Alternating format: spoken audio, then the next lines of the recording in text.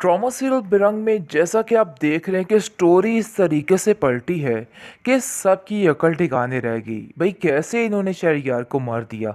अभी तो इमल बिचारी के हंसने खेलने के दिन थे, लेकिन इन्होंने बेड़ा गर्क करके रख दिया। यकीन मानिए बहुत अफसोस हुआ इस बात का। और आपको बताते चले कि पहले शहरयार यानी कि पहले उसका बड़ा भाई और इसके बाद शहरयार की बारी आ गई।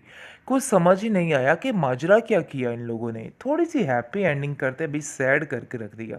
आज के एपिसोड ने तो टेंशन ही डाल दी है, क्योंकि इमल बेचारी जिसके ख्वाब इस कदर खुशी से भरे हुए थे कि वो जाएगी और खुशी के साथ रहेगी, किस तरीके से टूट चुके हैं और चकनाचूर हो चुके हैं। ये बात तो वही जानती है, लेकिन दूसरी तरफ आयमा अपना ही रोब और दबदबा रखना चाहती है और सोच रही है कि बस अब मेरी हुकूमत है। शहरयार के होते हुए जो कुछ हो रहा था, अब उसकी ज़िंदगी उसको अच्छी फील हो रही है और सोच रही है कि अब सब कुछ मेरी मुट्ठी में है और देख लेना कि मैं किस तरीके से हर चीज़ को हैंडल करके ही रहूँगी। अब किसी की कोई हिम्मत नहीं है कि वो कुछ भी कर सके। लेकिन फाखरा उसको कहती है कि भाई तुम्हारे काफ़ी पर निकल आए हैं। तुमने तो ऐसे जैसे शहरयार की मौत पे खुशियां मनाना शुरू कर दी। आखिर तुम्हें क्या हो गया। जिस पर दुर्दाना कहती है कि बाजी कैसी बातें कर रही हैं आप। पता नहीं क्यों आप मेरी बेटी के पीछे हाथ धो के पड़ चुकी हैं। उस बेचारी ने तो ऐसा कुछ कहा भी नहीं, लेकिन फिर भी आपको समझ ही नहीं आ रही।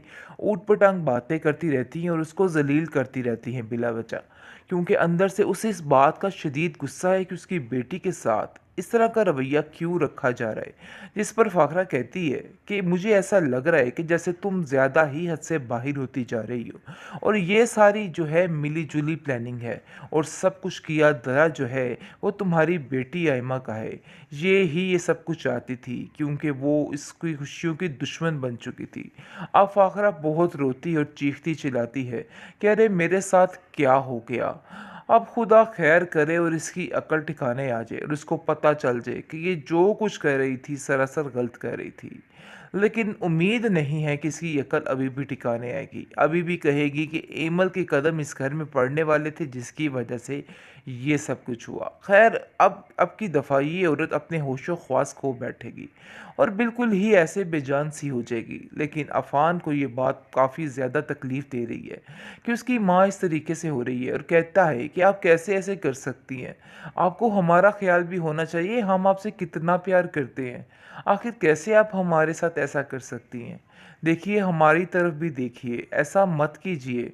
जिस पर आप देखेंगे कि फाखरा कहती है कि अरे भाई मेरी ज़िंदगी में अब क्या रह गया, कुछ भी नहीं। मैंने सब कुछ जो हासिल किया, लेकिन आज मेरे हाथ में कुछ भी नहीं। मुझे ऐसा लग रहा है कि जैसे मैं बिल्कुल अकेली हूँ। पहले मैं रोज़ मुझे छोड़ के गया और अब मेरा बेटा दूसरा छोड़ के चला गया। ये मेरा बेटा तो इस कदर नेक लड़का था कि इसको जो मैं कहती थी इसने वही मानना होता था। मैं कहती थी दिन को दिन और रात को रात, जो कुछ भी कहती थी वो मान जाता था। लेकिन इतना फर्माबरदार बेटा मैं कहाँ से लाऊं। इस चीज़ के लिए वो रो रो के बुरा हश्र कर रही है। और फरी को भी मौका मिल गया है। अपनी माँ की जैसे ही हमदर्दियाँ समेटती और बटोरती है और उसको समझ आ जाती है कि उसको भी माफ़ी मिल ही गई है, क्योंकि वो जानती है कि उसको माफ़ी मिले बगैर उसका भी गुजारा बहुत मुश्किल है, क्योंकि वो जैसे अपनी ज़िंदगी उधर गुजार रही है उसके लिए बहुत मुश्किल है। खैर आप देखेंगे कि फ़िलहाल फ़ाखरा जो है वो काफ़ी परेशान, उदास और रोती हुई नज़र आ रही है, क्योंकि उसको और कुछ भी नज़र नहीं आ रहा और उसको ऐसा लग रहा है कि उसका दुनिया जहान सब ख़त्म हो गया। बेचारी के दोनों बेटे इस जहान से चले गए, इसलिए अपने दोनों बच्चों की बहुत ज़्यादा फ़िक्र करती है और रोती रहती है। ट्रॉमा सीरियल बिरंग में जैसा कि आप देख रहे हैं कि स्टोरी इस तरीके से पलटी है कि सबकी अकल ठिकाने रह गई। भाई कैसे इन्होंने शहरयार को मार दिया। अभी तो इमल बिचारी के हंसने खेलने के दिन थे, लेकिन इन्होंने बेड़ा गर्क करके रख दिया। यकीन मानिए बहुत अफसोस हुआ इस बात का। और आपको बताते चले कि पहले शहरयार यानी कि पहले उसका बड़ा भाई और इसके बाद शहरयार की बारी आ गई। कुछ समझ ही नहीं आया कि माजरा क्या किया इन लोगों ने। थोड़ी सी हैप्पी एंडिंग करते भी सैड करके रख दिया।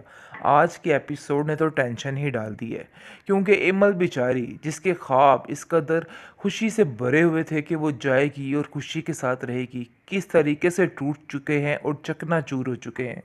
ये बात तो वही जानती है, लेकिन दूसरी तरफ आयमा अपना ही रौब और दबदबा रखना चाहती है और सोच रही है कि बस अब मेरी हुकूमत है। शहरयार के होते हुए जो कुछ हो रहा था, अब उसकी ज़िंदगी उसको अच्छी फील हो रही है और सोच रही है कि अब सब कुछ मेरी मुट्ठी में है और देख लेना कि मैं किस तरीके से हर चीज़ को हैंडल करके ही रहूँगी।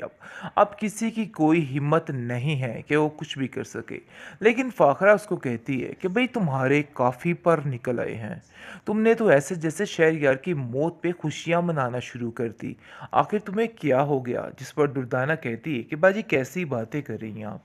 पता नहीं क्यों आप मेरी बेटी के पीछे हाथ धो के पड़ चुकी हैं। उस बेचारी ने तो ऐसा कुछ कहा भी नहीं, लेकिन फिर भी आपको समझ ही नहीं आ रही। ऊट-पटांग बातें करती रहती हैं और उसको ज़लील करती रहती हैं बिला वजह।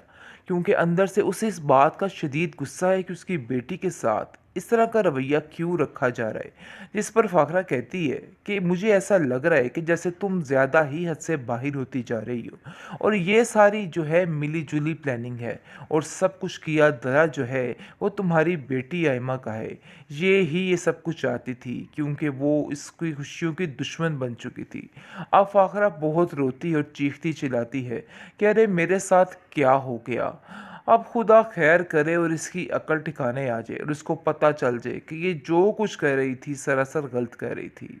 लेकिन उम्मीद नहीं है कि इसकी अकल अभी भी ठिकाने आएगी। अभी भी कहेगी कि एमल के कदम इस घर में पड़ने वाले थे जिसकी वजह से ये सब कुछ हुआ। खैर अब की दफ़ा ये औरत अपने होशो ख्वास खो बैठेगी और बिल्कुल ही ऐसे बेजान सी हो जाएगी। लेकिन अफ़ान को ये बात काफ़ी ज़्यादा तकलीफ़ दे रही है कि उसकी माँ इस तरीके से हो रही है और कहता है कि आप कैसे ऐसे कर सकती हैं?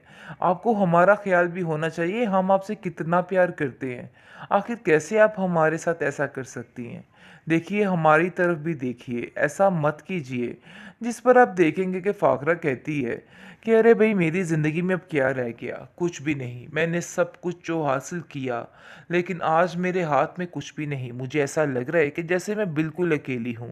पहले मैं रोज़ मुझे छोड़ के गया और अब मेरा बेटा दूसरा छोड़ के चला गया। ये मेरा बेटा तो इस कदर नेक लड़का था कि इसको जो मैं कहती थी इसने वही मानना होता था। मैं कहती थी दिन को दिन और रात को रात, जो कुछ भी कहती थी वो मान जाता था। लेकिन इतना फर्माबरदार बेटा मैं कहाँ से लाऊँ? इस चीज़ के लिए वो रो-रो के बुरा हश्र कर रही है। और फ़री को भी मौका मिल गया है, अपनी माँ की जैसे ही हमदर्दियाँ समेटती और बटोरती है और उसको समझ आ जाती है कि उसको भी माफ़ी मिल ही गई है, क्योंकि वो जानती है कि उसको माफ़ी मिले बगैर उसका भी गुज़ारा बहुत मुश्किल है, क्योंकि वो जैसे अपनी ज़िंदगी उधर गुज़ार रही है उसके लिए बहुत मुश्किल है। ख़ैर अब देखेंगे कि फ़िलहाल फ़ाखरा जो है वो काफ़ी परेशान, उदास और रोती हुई नज़र आ रही है, क्योंकि उसको और कुछ भी नज़र नहीं आ रहा और उसको ऐसा लग रहा है कि उसका दुनिया जहान सब ख़त्म हो गया। बेचारी के दोनों बेटे इस जहान से चले गए, इसलिए अपने दोनों बच्चों की बहुत ज़्यादा फ़िक्र करती है और रोती रहती है।